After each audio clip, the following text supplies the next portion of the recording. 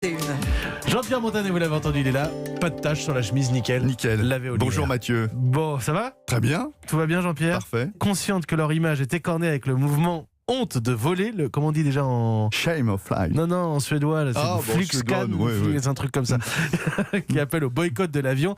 Les compagnies aériennes sont forcées de lutter plus vite que prévu contre le CO2 pour proposer demain un avion propre. Oui, 2050, c'est la date butoir pour réduire de moitié les émissions de gaz dans le ciel. C'est trop loin pour les compagnies. Elles veulent à tout prix éviter le divorce entre les voyageurs et l'avion. Il y a donc urgence à envoyer des signaux dès maintenant. Mais quoi faire ? C'est un vrai casse-tête. Le plus facile, c'est la compensation. Après un Paris-Pékin, la compagnie s'engage, comme c'est déjà le cas, à planter des arbres à Java ou en Amazonie, histoire d'annuler l'empreinte carbone. Bon, c'est se donner bonne conscience à peu de frais. Plus durable, la piste du biocarburant, il représente pour l'instant seulement 0,05% d'un réservoir d'avion. Ridicule.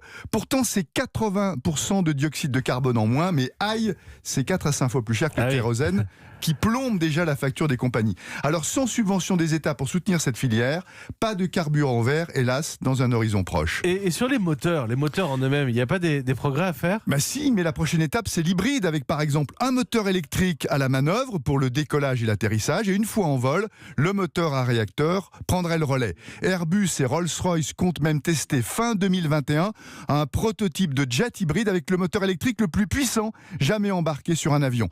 Le tout électrique, Mathieu, en revanche, ce n'est pas avant 2050 et encore. Batterie pas assez puissante et surtout trop lourde, au point qu'il est impossible aujourd'hui de faire décoller un long courrier rempli de passagers. Oui, et faire décoller un long courrier sans passagers, ça n'a pas grand intérêt.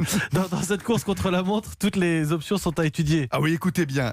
Airbus copie la nature en s'inspirant du vol des oiseaux migrateurs, les oies ou les cormorans. Lors de leur long périple, ils volent en forme de V.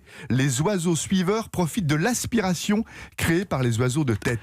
Alors pas question de faire voler une escadrille d'A320 entre Paris et New York comme des palmipèdes.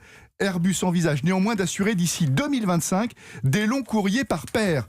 Un appareil derrière l'autre à 3 km de distance. Le constructeur table sur une économie de près de 10% de kérosène pour l'avion suiveur. C'est déjà ça, à condition que le contrôle aérien autorise ces trolls de vol en couple. Moi, je suis un peu sceptique sur le côté voler à plusieurs. Les gens qui ont déjà peur en avion, alors imaginez quand il y a un Airbus qui va vous dépasser. Oui, mais vous n'avez pas de rétroviseur sur votre siège, donc vous ne voyez pas l'avion qui est derrière ou devant. Attention, papa dépasse. Merci Jean-Pierre. Mais respectez les distances de sécurité, il faudra mettre des panneaux dans le ciel. En attendant demain et la lutte contre la honte de voler, ou en tout cas les évolutions de la société, c'est notre boulot. On essaie de vous les raconter tous les matins sur Europe 1.